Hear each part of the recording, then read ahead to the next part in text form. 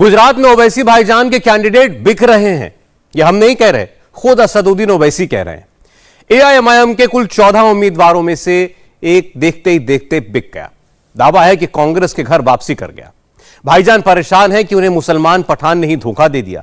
भाईजान को पता है कि उनके कैंडिडेट कितने में बिक रहे हैं। क्या है कैंडिडेट्स की हॉर्स ट्रेडिंग का यह पूरा मामला? कौन बना रहा है भाईजान को निशाना? देखिए और समझिए। 100 चांदी चमके तो कहां बात बनेगी, 100 चांदी चमके तो कहां बात बनेगी, तो आओगे सिराज की औकात बनेगी।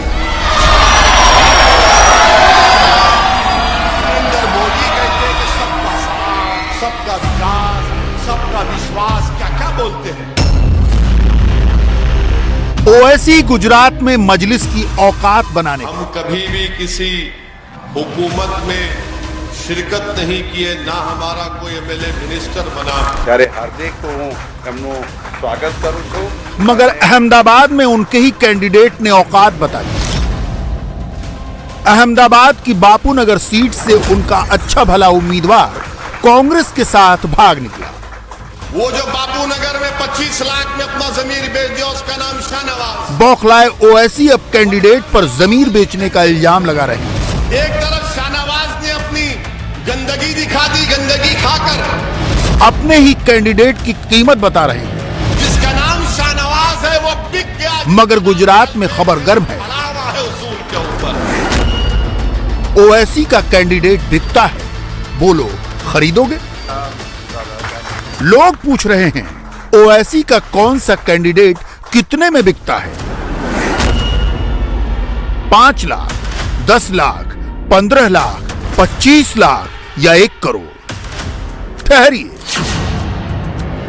वो जो बापू नगर में 25 लाख। ज्यादा पड़ताल की जरूरत है न कयासबाजी की। भड़के हुए भाईजान अपने सो कॉल्ड बिके हुए कैंडिडेट का रेट खुद बता रहे हैं। लगे हाथ कांग्रेस को खरी खोटी सुना रहे हैं। सुनिए भाईजान की जबान। को कितना चाहिए? वडगाम का हमारा कैंडिडेट है, दलित भाई है, उसके घर पे पहुंच के बोल तेरे को कितना चाहिए। अब आप देखो, बापू नगर में कैंडिडेट का नाम क्या था? शिबू का। वो जो बापू नगर में 25 लाख में अपना जमीन बेच दिया, उसका नाम शाहनवाज। वडगाम का हमारा दलित कैंडिडेट, उसका नाम कल्पेश भाई। एक तरफ शाहनवाज ने अपनी गंदगी दिखा दी, गंदगी खाकर, और कल्पेश ने अपने किरदार को दिखाया। और कल्पेश ने कहा कि मैं बिकने वाला नहीं हूं, अभी मिलकर आ रहा हूं कल्पेश से मैं। कल्पेश ने कहा कि मेरे पास आए थे असद भाई, मैंने उनसे कहा कि तुम मेरे सर पर बंदूक लगा दो, तब भी मैं असदुद्दीन ओवैसी की पार्टी का साथ नहीं छोड़ूंगा। अब आप देखिए, मुझे कल्पेश का जवाब सुनकर बहुत ज्यादा तकलीफ हुई, आंख में आंसू आ गए कि जिसका नाम शाहनवाज है वो बिक गया, जिसका नाम कल्पेश है वो खड़ा हुआ है उसूल के ऊपर। उत्तर प्रदेश के चुनाव में जब मेरी गाड़ी टोल गेट के पास आई तो 6.5 फीट के फासले से 2 बीजेपी के चाहने वाले मुझ पर 6 राउंड फायरिंग किए, मुझ पर गोलियां चलाई गई। और उसके बाद आप देखते हैं कि जब पार्लियामेंट में मैं गया तो पार्लियामेंट का रिकॉर्ड उठाकर देख लो आप। जब पार्लियामेंट में गया तो कांग्रेस का एक भी एमपी मुझ पर गोलियां चलाने वालों की मजम्मत नहीं किया। अगर इनके नेता की सिक्योरिटी कम की जाती है तो कांग्रेस आसमानों को सर पर उठा लेती है। और एक 4 मर्तबा के एमपी की गाड़ी पर 6 गोलियां चलाई जाती हैं तो कांग्रेस के लोग गूंगे बनकर बैठ गए। जरा ये भी गौर करिए, भाईजान ने कुल 14 सीटों पर कैंडिडेट उतारे थे, जो अब घट के 13 ही रह गए हैं। उसके घर पे पहुंच, मगर ताज्जुब ये कि भाईजान को अपने उम्मीदवारों के नाम तक याद है। बापू नगर में कैंडिडेट का नाम क्या था? शिबू का। बापू नगर से बैठ गए शाहनवाज को तो छोड़िए, उन्हें वडगाम के उस कल्पेश का भी नाम याद नहीं था, जिसकी बात सुनकर उनकी आंखों में आंसू आ गए। वडगाम का हमारा दलित कैंडिडेट कैंडिडेट, उसका नाम कल्पेश भाई। बहरहाल भाईजान का तमाम नजला इस वक्त कांग्रेस पर गिर रहा है। उनके कैंडिडेट शाहनवाज ने जब शनिवार को मजलिस छोड़ कांग्रेस का दामन थामा तो इल्जाम लगाया, लोग बोलते हैं कि मजलिस ओवैसी बीजेपी की बी टीम। बीजेपी की एजेंट है। इस इल्जाम पर ओवैसी इस बार कुछ ज्यादा तिलमिलाए नजर आए। कांग्रेसियों की लेत तेरी दे तेरी कर दी। लोग बोलते हैं कि मजलिस फुला बीजेपी की एजेंट है। असदुद्दीन ओवैसी अमित शाह से मिलते हैं, बात करते हैं। यहां के कांग्रेस के एमएलए ने भी किसी मीडिया के सामने कहा, मैं कांग्रेस के लोगों से कहना चाह रहा हूं, मैं दुनिया के किसी शाह को नहीं मानता। याद रखो मेरी इस बात को, मैं किसी शाह को नहीं मानता, मैं किसी शाह को मानता ही नहीं हूं। मगर ये बोले जाते हैं इनसे मिले हुए हैं, उनसे मिले हुए हैं। अरे याद रखो, तुम आज दुनिया में तो बोल रहे हो, मगर तुमको अपने इल्जामात का जवाब देना पड़ेगा। मुझे कोई फर्क नहीं पड़ता यहां के कांग्रेस के जो मौजूदा उम्मीदवार हैं वो या उनके सियासी बाप मेरे खिलाफ बोले, मुझे कोई फर्क नहीं पड़ता। अल्लाह सुब्हानहू तआला जहां कहीं इलेक्शन लड़ते, अरे आ गए वोट काटने के लिए। अरे कांग्रेसियों ये तो बताओ, तुम्हारा राहुल गांधी कैसे हार गया अमेठी से? क्या मैं जाकर अमेठी में इलेक्शन लड़ा था? क्या मैं लड़ा था? नहीं लड़ा, वो हार गए। स्मृति ईरानी से हार गए, तो क्या कोई तुमने स्मृति ईरानी से मैच फिक्सिंग कर ली थी? कांग्रेस पार्टी के कितने 50 या लोकसभा में कितने एमपी हैं? तुम्हारे इतने कम क्यों हो गए? क्या तुमने अमित शाह के पास बैठकर कोई डील कर ली? गुजरात में एक भी एमपी नहीं जीतता कांग्रेस का। 2014 में साफ, 2019 में साफ। तो क्या तुमने मोदी के साथ बैठकर चाय पी ली थी? आइए अब आपको उस बापूधाम सीट की सैर कराते हैं जहां के एआईएमआईएम उम्मीदवार शाहनवाज खान ने भाईजान का दामन छोड़ दिया। बापूनगर अहमदाबाद शहर की उन 5 सीटों में से एक है जहां से ओवैसी ने अपने कैंडिडेट खड़े किए। बापूनगर के अलावा बाकी 4 सीटें हैं दरियापुर, जमालपुर खाड़िया, दाणी लिमड़ा और वेजलपुर। बापूनगर की आबादी 2,42,971 है। इनमें 60,000 मुसलमान हैं और दूसरे नंबर पर तकरीबन 35,000 पाटीदार हैं, जिनकी वजह से इसे मिनी सौराष्ट्र भी कहा जाता है। इसके बाद गुजरात की खुदरा जातियां, ओबीसी, दलित और अन्य प्रांतों से आए लोग हैं जो इंडस्ट्रियल हब होने की वजह से यहां आए हैं।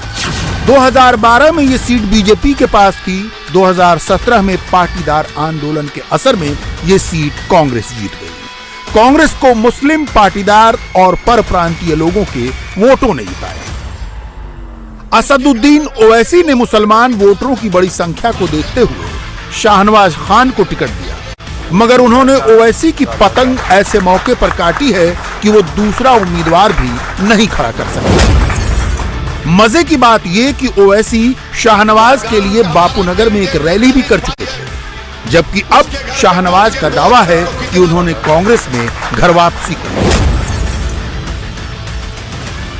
ओवैसी साहब तो आपको कह रहे हैं कि भैया पठान आप हैं, आपके ऊपर आरोप लग रहा है कि आप ईमान बेच दे रहे हैं, आप 25 लाख में बिक जा रहे हैं। वो कह रहे हैं कि मुझे तो शर्म आती है कि मैं ऐसे कैंडिडेट के बारे में क्या बात करूं।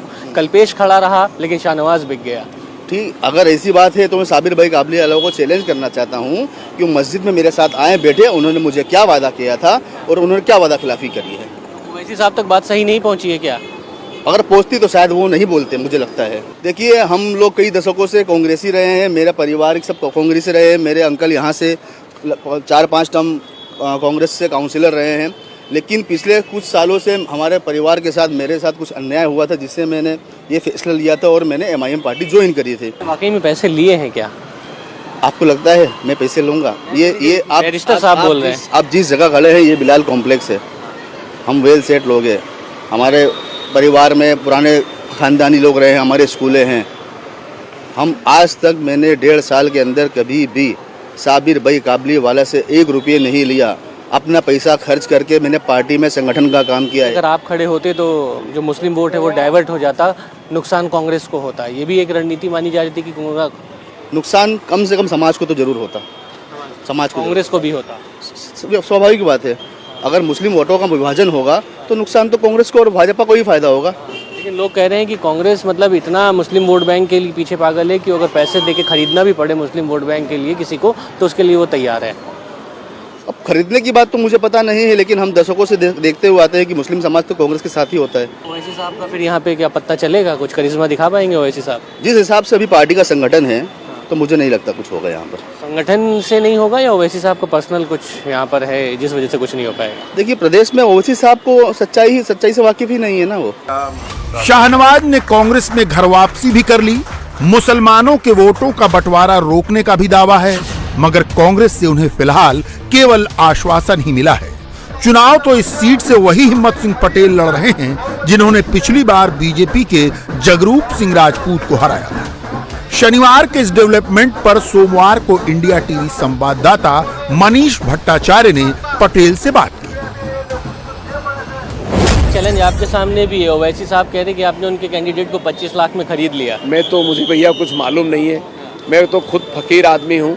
ये इस मेरा जीवन समाज को समर्पित है। मैं तो कह रहे थे कि मेरे कैंडिडेट को खरीद लिया है कांग्रेस ने, आपने खरीद लिया है, जिसकी वजह से वो बहुत ज़्यादा शर्मिंदगी महसूस कर रहे हैं। कह रहे कि इस तरीके की गंदी राजनीति कांग्रेस कर रही है। मुझे इस चीज़ में कुछ मालूम नहीं है। मुझे तो मेरी जनता है, 2.25 लाख वोटर हैं इस शहर से। इन प्रजा का मैं प्रतिनिधि हूँ, मैं इनका भाई हूँ, इनका साथी हूँ, इनका हमदर्द हूँ। देखिए, भारतीय जनता पार्टी बहुत अलग अलग रणनीति से इस देश में अभी राजनीति कर रही है। जो पार्टी का जन आधार नहीं है, जो पार्टी कभी भी, कोरोना में राजकीय पार्टियां कहाँ थी? ये महंगाई बढ़ी, राजकीय पार्टियों ने कहाँ आवाज़ उठाया? बेरोजगारी पर कहाँ आवाज़ उठाया? अभी इलेक्शन आया तो सभी लोग आ गए। तो मैं ये मानता हूँ कि मूल मुद्दों से भटकाने के लिए दूसरी पार्टियां आती हैं और वो पार्टियां भारतीय जनता पार्टी की सब टीमें हैं। मगर दिलचस्प तो ये जानना है कि आखिर बापू नगर का मुसलमान शाहनवाज खान के इस कदम को किस तरह देख रहा है। मनीष भट्टाचार्य ने बापू नगर की मुस्लिम आबादी के बीच जाकर उनकी राय जानने की कोशिश की। हालांकि गुजरात के मुस्लिम वोटर की खूबी है, वो बात हवा देखकर करता है, लेकिन बैलेट पर मुहर सोच समझकर लगाता है। कल ओवैसी साहब कह के गए कि आपके शहनवाज रहते हैं यहाँ पे, उनको कांग्रेस ने 25 लाख में खरीद लिया। वो गलत बात है। अच्छा, झूठ है? क्यों झूठ? क्यों? वो तो बोलेगा ना, आदमी बैठा है तो कांग्रेस के सपोर्ट में बोला उसने। तो कांग्रेस ही शुरू से पूरा खानदान कांग्रेस ही है शहनवाज जी का। हाँ, अच्छा, थोड़ी नाराजगी थी, उसके लिए वो करा था। ऐसे कमेंट मारे कि भाई ईमान बेच दिया उन्होंने अपना। वो तो बोलेगा, वो खुद बीजेपी का सपोर्टर रहेगा। ये टीम बोलते हो सच है कि वो इसी का सपोर्टर है। मोदी का जलवा है या गुजरात में? गुजरात तो मोदी का ही जलवा है। और ओवैसी ये सब कोई नहीं आएगा? कोई नहीं। क्यों भाई, क्यों? हार्ट है उसका, हार्ट। गुजरात उसका हार्ट है, हार्ट। मोदी का दिल है। वो भाजपा का आदमी है ना भाई। ओवैसी और इतनी काम करता है। आज 35 वर्ष से तो ये भैया राज कर रहे हैं, भाजपा वाले राज कर रहे हैं। और वो बोलता है कि वो लोग राज कर, तो पहले भाजपा को बोले ना वो। अभी राज जो कर लिया उसको बोलना चाहिए।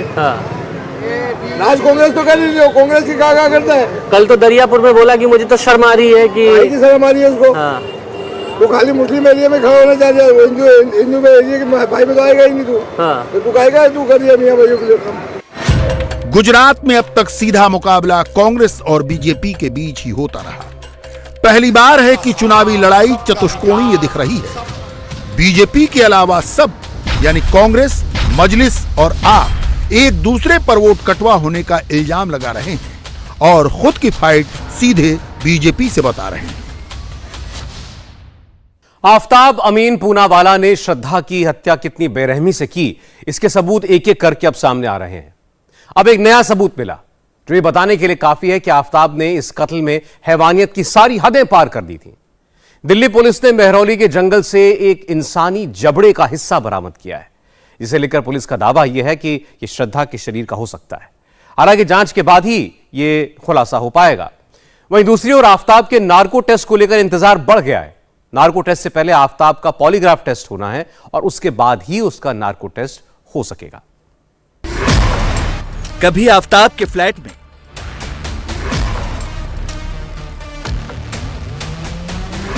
कभी मेहरौली के जंगल में,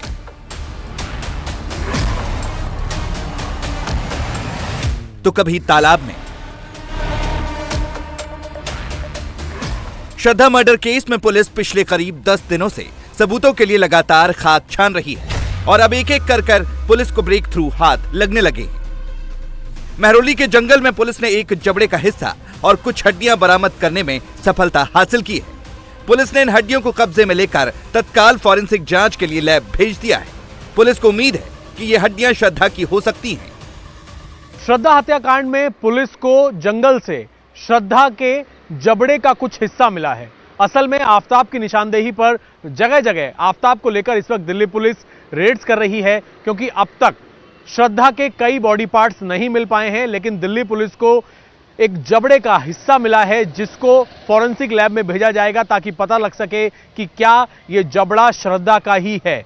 पुलिस सूत्रों के मुताबिक इंसानी ये जबड़ा है और ये श्रद्धा का जबड़ा हो सकता है। इसके मुताबिक यानी कि आफताब ने सबसे पहले श्रद्धा की न केवल पिटाई की बल्कि उसकी हत्या करने के बाद उसका सर तन से जुदा किया और उसके चेहरे को भी बुरी तरीके से तोड़ा, उसके दांतों को तोड़ा और उसके जबड़े को पूरी तरीके से पंचर करके उसने अलग किया। इस पूरे मामले के अंदर पुलिस ने फिलहाल मेहरौली के जंगल से इस जबड़े के हिस्से को बरामद किया है, जिसकी जांच के लिए इसे फॉरेंसिक साइंस लैब में भेज दिया गया है। इसके साथ ही एक और जानकारी निकलकर सामने आई है कि जो आफताब है ये हिमाचल के तोश में इसके ड्रग सिंडिकेट के कुछ ना कुछ कनेक्शन जो हैं वो निकलकर सामने आए हैं।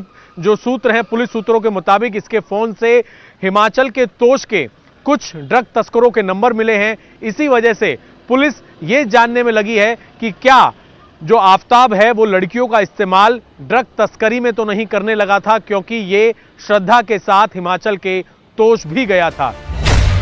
श्रद्धा मर्डर केस में पुलिस धीरे धीरे सबूत जुटा रही है, लेकिन अभी भी पुलिस को जिन सबूतों की तलाश है उनमें श्रद्धा का कटा हुआ सिर, शव काटने में इस्तेमाल हथियार, श्रद्धा का मोबाइल फोन, श्रद्धा के बाकी बॉडी पार्ट्स, आफताब की दूसरी गर्लफ्रेंड्स। मेहरौली के जंगल में तलाशी के बाद पुलिस आरोपी आफताब को लेकर उसके घर के पास स्थित हार्डवेयर की दुकान पर भी पहुंची थी। पुलिस की पूछताछ में आफताब ने बताया था कि उसने हथौड़ी, कील और लोहा काटने वाली आरी का ब्लेड यहीं से खरीदा था। दिल्ली पुलिस की टीम सबूतों के अभाव में जगह जगह छापेमारी कर रही है। इसी बीच दिल्ली पुलिस की टीम आफताब के साथ एक हार्डवेयर शॉप में पहुंचती है। यह हार्डवेयर शॉप आप देख रहे हैं, आफताब के घर से बेहद नजदीक ये हार्डवेयर शॉप है। बताया जा रहा है कि एक हफ्ते पहले दिल्ली पुलिस की टीम आफताब के साथ इसी हार्डवेयर शॉप में पहुंचती है और जो जानकारी सामने आई है कि आफताब ने इस हार्डवेयर शॉप से आरी में लगने वाला जो ब्लेड होता है वो यहां से खरीदा, तकरीबन 250 ग्राम के आसपास कीले यहां से खरीदी, हथौड़ा यहां से खरीदा। इस दुकान के ऑनर हमारे साथ हैं, उनसे हम बात करेंगे। क्या नाम है जी आपका? राजन बंसल। बंसल साहब, कब आई थी पुलिस टीम आपके पास और क्या कुछ हुआ उस दौरान? कुछ नहीं सर, आफताब को लेके आई थी 10 से 12 दिन पहले और उन्होंने यहाँ वेरीफाई किया कि आफताब ने कि भाई मैंने यहाँ से सामान खरीदा था, आरी ब्लेड, कीले, कुछ ऐसा ही सामान उसने बताया। बट हम कुछ श्योरिटी के साथ कह नहीं सकते कि भाई आया था नहीं आया था, बहुत पुरानी बात हो चुकी है। तो आपको याद है कि आफताब आया था, क्योंकि यहीं पास का ही रहने वाला है, और जब ये केस शुरू हुआ तो आपको जानकारी थी कि आपकी दुकान से भी कुछ सामान खरीदा है?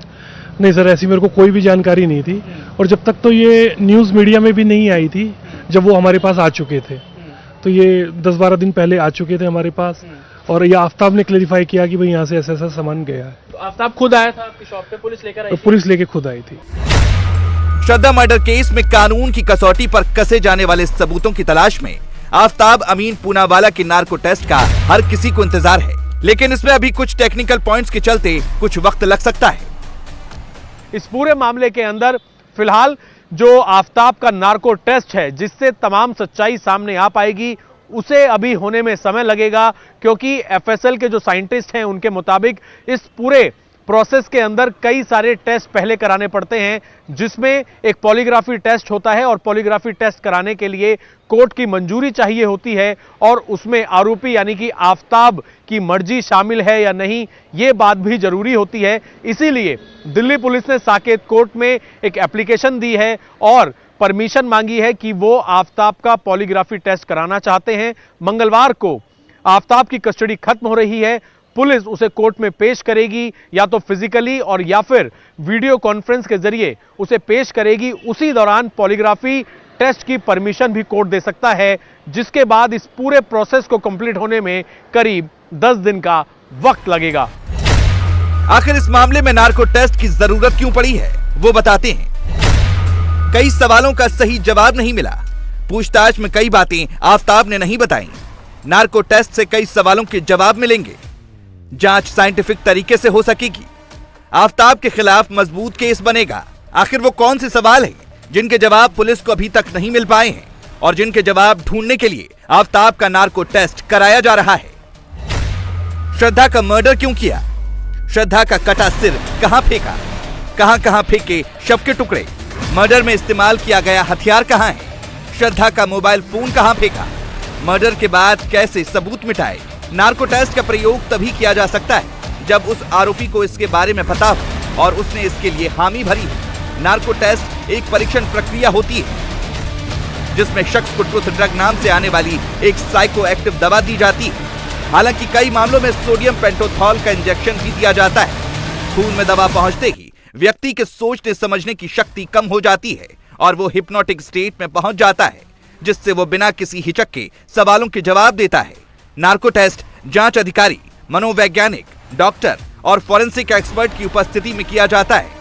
इस दौरान जांच अधिकारी आरोपी से सवाल पूछता है और इसकी वीडियो रिकॉर्डिंग की जाती है। श्रद्धा मर्डर केस की जांच दिल्ली से निकलकर 5 राज्यों तक पहुंच चुकी है। दिल्ली पुलिस अलग अलग राज्यों से मर्डर को लेकर सबूत जुटाने में लगी है, जहां से कुछ चौंकाने वाले खुलासे होने की उम्मीद है। अब पुलिस को उम्मीद है कि आफताब के नार्को टेस्ट के बाद सारे मामले से पर्दा उठ जाएगा। इंडिया टीवी हर वक्त हर जगह डाउनलोड करने के लिए सर्च करें India TV news Google play store या ऐप स्टोर पर।